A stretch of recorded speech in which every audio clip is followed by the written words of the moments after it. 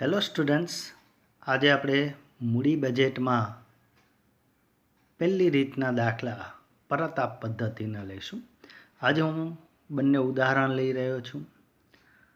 આ બે ઉદાહરણની વિશિષ્ટતા સમજી લો. પહેલા ઉદાહરણમાં તમને દર વર્ષે એક સમાન રોકડ પ્રવાહ મળે તે રીતનો દાખલો છે, અને બીજા ઉદાહરણમાં દર વર્ષે અલગ અલગ રોકડ પ્રવાહ મળે તેવો દાખલો છે.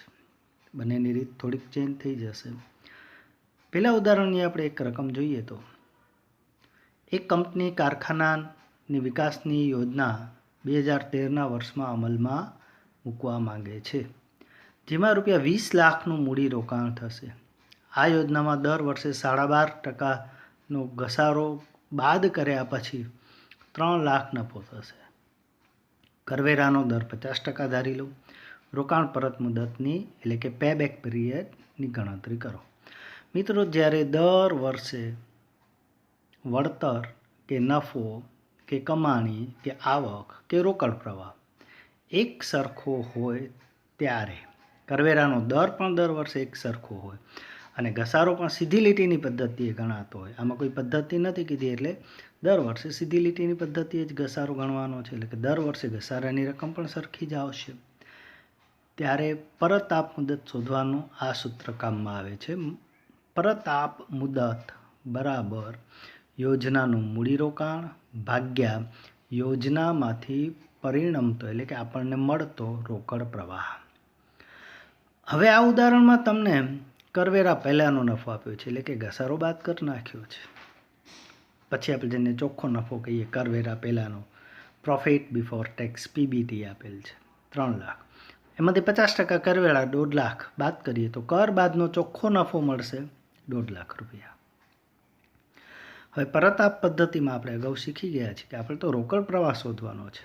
તો જે બિન રોકડ ખર્ચ હોય, જે આપણે નફો ગણતી વખતે બાદ કર્યા હોય ને પછી આપણે કરવેરા ચૂકવ્યા, તો કર બાદના નફામાં બિન રોકડ ખર્ચ પાછા ઉમેરવા પડે, તો ઘસારો ઉમેરવો પડે. ઘસારો દર વર્ષે સરખો છે. 20 લાખના મૂડીરોકાણના 12.5% લેખે ગણતરી કરો તો 2.5 લાખ રૂપિયા ઘસારો આવે છે. તો 2.5 લાખ રૂપિયા એમાં ઉમેરીએ, 1.5 લાખ ને 2.5 લાખ ટોટલ 4 લાખ.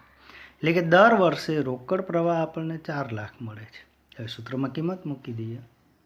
મૂળ રોકાણ મૂડી યોજનાનું 20 લાખ છેદમાં દર વર્ષે ઉદ્ભવતો રોકડ પ્રવાહ 4 લાખ, બેનો ભાગાકાર મુદત 5 વર્ષ. આમાં આપણે જે 20 લાખ રૂપિયાનું મૂડી રોકાણ કર્યું તે 5 વર્ષમાં પરત મળશે, એટલે કે એને પેબેક પીરિયડ એનો 5 વર્ષ. હવે ઉદાહરણ 2 લઈએ છીએ. મિત્રો, આ ઉદાહરણમાં એવું છે કે દર વર્ષે તેમાંથી ઉદ્ભવતો રોકડ પ્રવાહ અલગ અલગ છે, એટલે એનું કોષ્ટક બનાવવું પડશે, બરાબર. આકાશ સ્ટીલ કોર્પોરેશને એક યંત્ર ₹1,10,000ની કિંમતે ખરીદેલ છે. તેના ઉપરનું અનુમાનિત વળતર ઘસારા બાદ નીચે મુજબ છે. ઘસારો બાદ કર્યા પછી, જેમ પહેલા ઉદાહરણમાં હતું. ફરક એ છે કે પહેલા ઉદાહરણમાં દર વર્ષે સરખું હતું, આમાં દર વર્ષે અલગ અલગ છે. 10 વર્ષની માહિતી છે. પહેલા વર્ષે 25,000, બીજા વર્ષે, ત્રીજા વર્ષે અને ચોથા વર્ષે સમાન રકમ 40,000, પાંચમા વર્ષે 35,000, છઠ્ઠા વર્ષે 30,000, સાતમા વર્ષે 25,000, આઠમા વર્ષે 20,000, નવમા વર્ષે 15,000 અને 10મા અંતિમ વર્ષે 10,000. આર્થિક જિંદગી 10 વર્ષની છે અને ભંગાર કિંમત 10,000 છે. મિત્રો, આ છેલ્લો મુદ્દો ધ્યાન રાખજો, કારણ કે 10મા વર્ષ પછી 10,000 રૂપિયા આપણને આ મળવાના છે ભંગાર કિંમતના.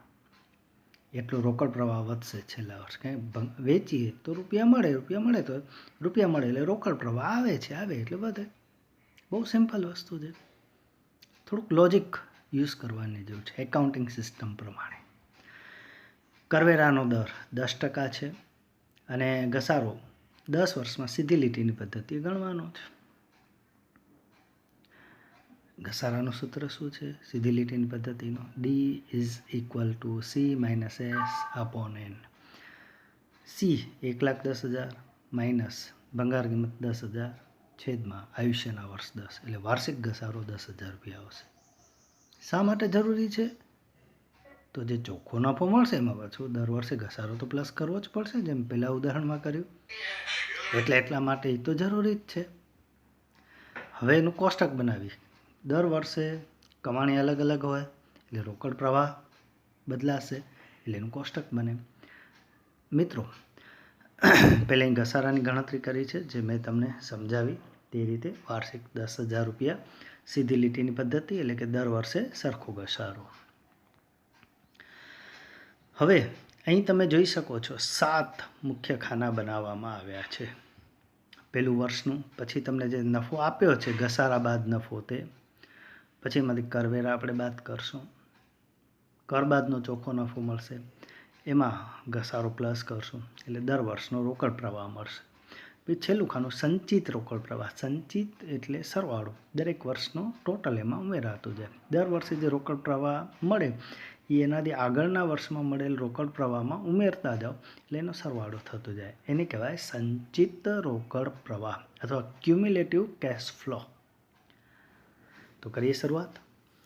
વર્ષ પહેલું ખાનું અને બીજું ઘસારા બાદનો નફો 10 વર્ષના રકમમાંથી બેઠે બેઠા આપણે લખવાના છે, જે હમણાં રકમમાં આપણે વાંચ્યું તે.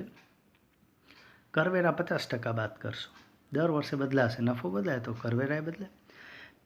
હું એક વર્ષની ગણતરી કરું છું, બરાબર છે. પહેલા વર્ષે નફો 25,000, કર પહેલાંનો પીબીટી. 50% કરવેરા 12,500 બાદ કરો તો કર બાદનો નફો 12,500. એમાં 10,000 ઘસારો ઉમેરો તો પહેલા વર્ષે મળતો રોકડ પ્રવાહ 22,500. એટલે પહેલા વર્ષનો જે છે આગળના વર્ષમાં પ્લસ થાય. પહેલું વર્ષ એટલે આ ને આગળના વર્ષે તો કોઈ રોકડ પ્રવાહ હોય નહીં, એટલે 22,500. બરાબર છે, ક્લિયર. પછી બીજા વર્ષે 40,000 નફો છે, 20,000 ઘસારો, 20,000 કરવેરા, કર બાદનો નફો 20,000, એમાં 10,000 ઘસારો ઉમેરો એટલે 30,000 રોકડ પ્રવાહ. પહેલા વર્ષમાં બીજા વર્ષનો રોકડ પ્રવાહ ઉમેરો તો છેલ્લે સંચિતમાં આવશે 52,500. ત્રીજા વર્ષે 40,000 નફો, 20,000 કરવેરા, કર બાદનો નફો 20,000, 10,000 રૂપિયા ઘસારાનો ઉમેરો, રોકડ પ્રવાહ 30,000. સંચિત એટલે એમાં પાછો ટોટલ કરો એટલે 82,500. ચોથા વર્ષે પાછો 40,000, કરવેરા 20,000, કર બાદનો નફો 20,000, ઘસારો 10,000 ઉમેરો એટલે થશે 30,000. છેલ્લા ખાનામાં સંચિત રોકડ પ્રવાહ 82,500માં 30,000 ઉમેરીએ એટલે 1,12,500. પાંચમા વર્ષે 35,000, કરવેરા 17,500, એટલે કર બાદનો નફો 17,500, ઘસારો 10,000 ઉમેરીએ એટલે રોકડ પ્રવાહ મળશે 27,500. છેલ્લેથી બીજું ખાનું અને સંચિત રોકડ પ્રવાહ છેલ્લા ખાનામાં આપણે એ રકમ ઉમેરીએ 12,500માં 27,500 તો મળશે 1,40,000. એના પછી છઠ્ઠા વર્ષમાં નફો 30,000, કરવેરા 15,000, કર બાદનો નફો પણ 15,000, એમાં 10,000 રોકડ પ્રવાહ ઉમેરીએ તો રોકડ પ્રવાહ મળશે 25,000. જે આગળના 1,40,000માં ઉમેરીએ તો સંચિત રોકડ પ્રવાહ થયો એ વર્ષ સુધીનો 1,65,000. સાતમા વર્ષે 25,000, 12,500 કરવેરા બાદ કરીએ, કર બાદનો નફો 12,500, 10,000 રૂપિયાનો ઘસારો ઉમેરીએ એટલે 22,500 રોકડ પ્રવાહ. આગળના 1,65,000માં ઉમેરીએ એટલે સંચિત રોકડ પ્રવાહ થશે 1,87,500. આઠમા વર્ષે 20,000નો નફો, એમાંથી 10,000 કરવેરાના 50% બાદ કરીએ તો કર બાદનો નફો પણ 10,000. એમાં ઘસારો 10,000 આપણે ઉમેરીએ છીએ એટલે 20,000 રોકડ પ્રવાહ, બરાબર છે. અને આગળના સંચિત રોકડ પ્રવાહમાં ઉમેરીએ તો 2,07,500. નવમા વર્ષે એ જ રીતે, 10મા વર્ષે એ જ રીતે. મિત્રો, અહીં 10મા વર્ષમાં એક એ લોકોએ ભૂલ કરી છે. 10મા વર્ષનો જે ઘસારો તો ઉમેરાશે જ, એની સાથે 5,000 જે કર બાદનો નફો છે એમાં ઘસારો ઉમેરે એટલે 15,000 પ્લસ ભંગાર કિંમતે અહીં ઉમેરવી પડે. એટલે ખરેખર છેલ્લા વર્ષે 25,000 ઉમેરાશે અને સંચિત રોકડ પ્રવાહ 2,40,ની જગ્યાએ 2,50,000 થશે. જોકે આપણે જવાબમાં એનાથી ફરક નથી પડતો, અત્યારે ફરક નથી પડતો. હા, ભૂલ છે, કારણ કે જો આપણે બીજી રીત લેતા હોય ને નેટ પ્રેઝન્ટ વેલ્યુ, તો આ ખોટું કહેવાય. એટલા માટે અહીં તો આપણે પરત આપ મુદત ગણીએ છીએ. હવે આપણે રોકાણ કેટલાનું કર્યું? 1,10,000. સંચિત રોકડ પ્રવાહ જો આપણે 1,10,000 ક્યારે પરત થાય છે? તો ત્રીજા વર્ષે 82,500 છે ને ચોથા વર્ષે 1,12,500, એટલે કે ત્રીજા વર્ષના અંતે આપણા પાસે 82,500 તો આવી ગયા. આપણે 1,10,000 જોઈએ છે. ચોથા વર્ષના અંતે 1,12,500 આવી ગયા, એટલે આપણે જે મૂડી રોકાણ કર્યું 1,10,000 એનાથી વધારે રૂપિયા પરત મળી ગયા. મતલબ એ કે આપણો પરત આપનો સમય, પરત આપ મુદત ત્રીજા અને ચોથા વર્ષની વચ્ચે આવે. આપણું જે રોકાણ છે આ ત્રીજા અને ચોથા વર્ષના સંચિત રોકડ પ્રવાહની વચ્ચે આવે છે. કેવી રીતે શોધાય? તો સિમ્પલ, પહેલાં 3 વર્ષ તો 82,500 ટોટલ મળશે. પહેલા વર્ષે 22,500, બીજા વર્ષે 30,000, ત્રીજા વર્ષે 35,000. તો 3 વર્ષ વત્તા. હવે મિત્રો ધ્યાન એ રાખવાનું છે, ખૂટ્યા કેટલા આપણા 1,10,000માં? 82,500 તો મળી ગયા. કેટલા ખૂટ્યા? બેની બાદબાકી. 1,10,000નું રોકાણ કર્યું, 82,500 આપણને મળી ગયા, તો કરો બાદબાકી. સાવ સિમ્પલ છે. 27,500 ખૂટ્યા, એ અંશમાં લખવાના. છેદમાં શું લખાય? તો આપણે 3 વર્ષની વિગત તો લખી નાખ્યા. ચોથા વર્ષે કેટલો રોકડ પ્રવાહ મળે છે એ છેદમાં લખાય. છેલ્લેથી બીજું ખાનું, ચોથા વર્ષે મળતો રોકડ પ્રવાહ 30,000. 27,500 ખૂટે છે એ અંશમાં.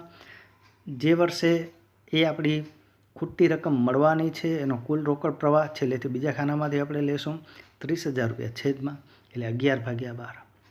એટલે 3 વર્ષ વત્તા 11/12. 12 તો મહિના હોય, એટલે ઉપરનો જે અંશનો મુદ્દો છે એ મહિનામાં કન્વર્ટ થઈ ગયું.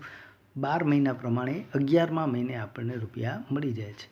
તો આમ 3 વર્ષ અને 11 મહિને આપણી રોકાયેલી પૂરી રકમ 1,10,000 પરત મળે છે. તો આમ પરત આપ મુદત થઈ 3 વર્ષ ને 11 મહિના. તો મિત્રો બંને ઉદાહરણ તમને સમજાઈ ગયા હશે. Thank you.